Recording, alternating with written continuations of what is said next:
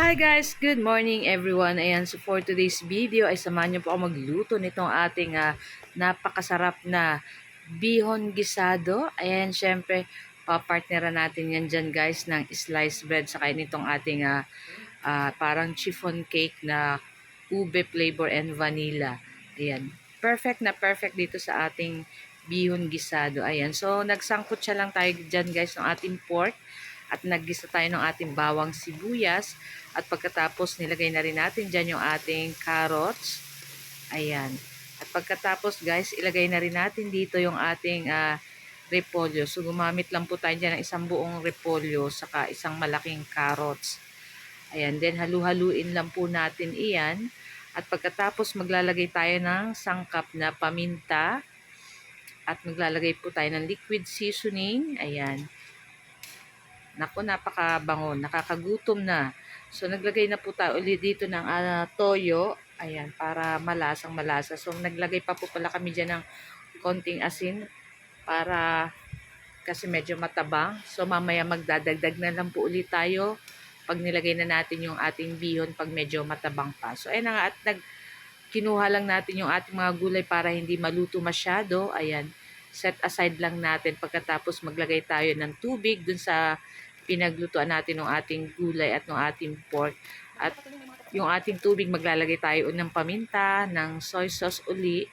Ayan, so naglagay po pala kami dyan ng kalahating pork cubes kasi yung ating pork dyan is konti lang yung nalagay natin dyan. Kaya naglagay kami ng kalahating pork cubes.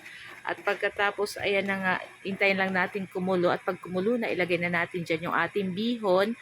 Ayan, at halu-haluin lang natin. At pagkatapos, ilagay na rin natin dyan yung ating ginisang gulay kasama ng ating pork. Ayan, at isabay na natin sa paghalo nitong ating bihon. Ayan, papakatihin lang natin guys yung tubig nitong ating nilulutong bihon. Ayan, katulad nito guys, wala ng tubig at ayan na nga at ready na yan guys. So, pwede na nating i-transfer sa ating plato yan dyan guys. At ayan, ako, nakakagutom na ko, ilang bandihado na namang plato ang makakain natin ito. Kasi guys, ayan, nag-crave ako nitong ating bihon gisado guys. Kaya ito yung naisipan namin lutuin. So yan na nga, at ready na, nakikita nyo ba guys, umuusok-usok pa yan. O diba, masarap kumain ng bihon pag mainit or kahit pansit. Masarap po talaga pag mainit. And syempre, masarap ka partner ng sliced bread. Ayan, ipapalaman natin sa sliced bread. At nagtimpla pala ako dyan guys ng coffee para mas yummy. Ayan, para na kami nagse-celebrate ng birthday dito. Ayan, advance pa birthday sa aking kambal. Ayan na nga. So guys, ito lang yung aming video today at sana po ay nag-enjoy kayo. Huwag niyo po sanang kalimutan mag-like, comment at pa-share po ng ating video. At kung hindi pa po kayo naka-follow sa aming page, huwag niyo po sanang kalimutan mag-like, mag-follow para palagi po kayong updated sa aming mga bagong video na i-upload. So ito yung guys yung ating ang tawag niyan, chiffon cake na parang mga may palaman sa loob na hindi kumawari. Basta masarap po.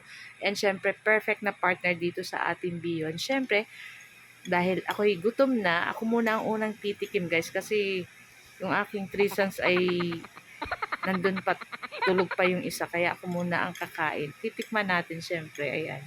Bukas na lang po ulit ako magda-diet. Ayan, syempre mainit-init pa talaga yung ating bihon kaya medyo napaso ako dyan guys. Hindi ko lang pwedeng maluwa kasi nasubo ko na sa bibig.